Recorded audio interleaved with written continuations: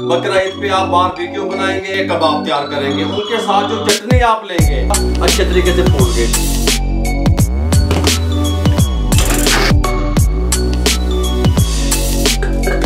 शामिल कर देंगे, पकने के लिए छोड़ देंगे,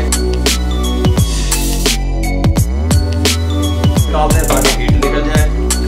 कर रहे हैं बकरा ईद पे टिक्का तैयार कर रहे हैं, आप कबाब तैयार कर रहे हैं, इसको इस तरीके से तैयार करें। बिस्मिल्लाहिर्रहमानिर्रहीम। अस्सलाम वालेकुम व्यूअर, मैं हूं शेफ रिजवान और आप देख रहे हैं बाबा फूड RRC। बकरा ईद आ रही है अल्हम्दुलिल्लाह। बकरा ईद पे आप बारबेक्यू बनाएंगे, टिक्का तैयार करेंगे, कबाब तैयार करेंगे, उनके साथ जो चटनी आप लेंगे वो चटनी टेस्टफुल किस तरीके से बनेगी, किस तरीके से आप बनाएंगे, शार्ट और इजी तरीके से बताने वाला हूं, तवज्जो से देखिएगा। बारबेक्यू की चटनी तैयार करने के लिए कुछ चीजों को हम ग्राइंड करेंगे, कुछ को हम चॉप करेंगे, दरदरी सी मोटी मोटी, ठीक हो गया। या फिर इस तरह के इमाम दस्ते में आपके पास है तो कूट लें, अगर चॉपर नहीं है तो। मेरे पास चॉपर है, मैं इसमें चॉप कर लूंगा। जो चीजें हम ग्राइंड करेंगे वो कुछ इस तरीके से हैं। ये मेरे पास 100 ग्राम खुश्क खुबानी थी जो बगैर गुठली वाली होती है। 1 कप पानी में मैंने 1 घंटा पहले भिगो दिया, अच्छे तरीके से फूल गई, ठीक हो गया। इसमें डाल देंगे इस तरीके से। ये मेरे पास इमली थी 30 ग्राम, मैंने आधा कप पानी में भिगो के रख दिया आधा घंटा पहले। इस तरीके से इसको छान लेंगे और इसकी गुठलियां रिमूव कर देंगे, कोई मसला नहीं है। ये साइड पे कर देंगे। इसके अंदर अब हम शामिल करेंगे लहसुन के 4 जवे शामिल कर देंगे, 1 टीस्पून सरसों का तेल शामिल कर देंगे। इनको अच्छे तरीके से हम ग्राइंड कर लेंगे, ठीक हो गया। इन चीजों को बिस्मिल्लाहिर्रहमानिर्रहीम।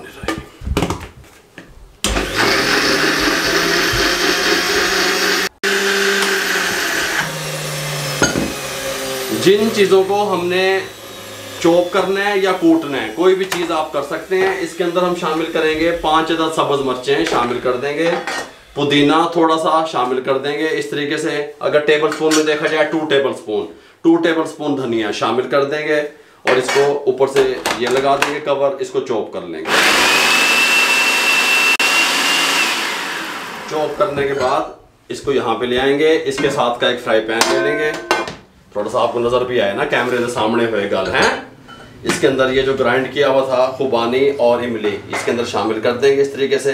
इसके अंदर हमने तेल भी शामिल किया था, ठीक हो गया। साथ में जो चॉप किया हुआ सामान था इस तरीके से उसको उठाएंगे, इसमें शामिल कर देंगे।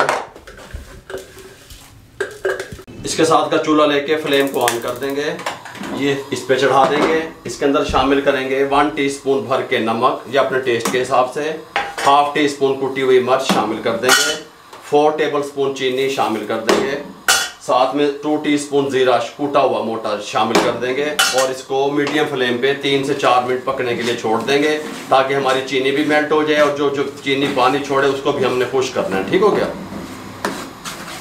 मीडियम फ्लेम पे हमने 4 मिनट इसको कुक कर लिया।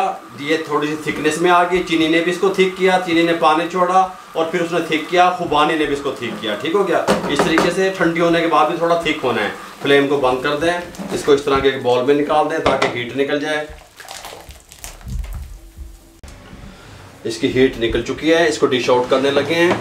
आप कोई किसी किस्म का भी बारबेक्यू तैयार कर रहे हैं, बकरा ईद पे टिक्का तैयार कर रहे हैं, आप कबाब तैयार कर रहे हैं, इसको इस तरीके से तैयार करें और उसका जो टेस्ट है उसको दुबाला करें इस तरीके से। माशाल्लाह बहुत प्यारा टेस्ट इसका आएगा। और दूसरी इसकी जो खुसूसियत है, जो आपके पास बच जाती है उसको किसी जार में डाल के आप इसको स्टॉक भी कर सकते हैं। ये 8 से 10 दिन बगैर फ्रिज से ख़राब नहीं होगी, ठीक हो गया। ये ले जी, अल्हम्दुलिल्लाह हमारी बारबेक्यू ईद स्पेशल चटनी तैयार है। अगर आपको हमारी ये रेसिपी बारबेक्यू ईद स्पेशल चटनी की अच्छी लगी हो, हमारे चैनल को सब्सक्राइब किया करें, बेल आइकन के बटन को दबाया करें, शेयर कर दिया करें, दुआओं में याद रखा करें, अपना बहुत सारा ख्याल रखा करें, इर्द गिर्द लोगों का बहुत सारा ख्याल रखा करें। मेरे भाइयों इजाज़त दीजिएगा, अल्लाह हाफिज़।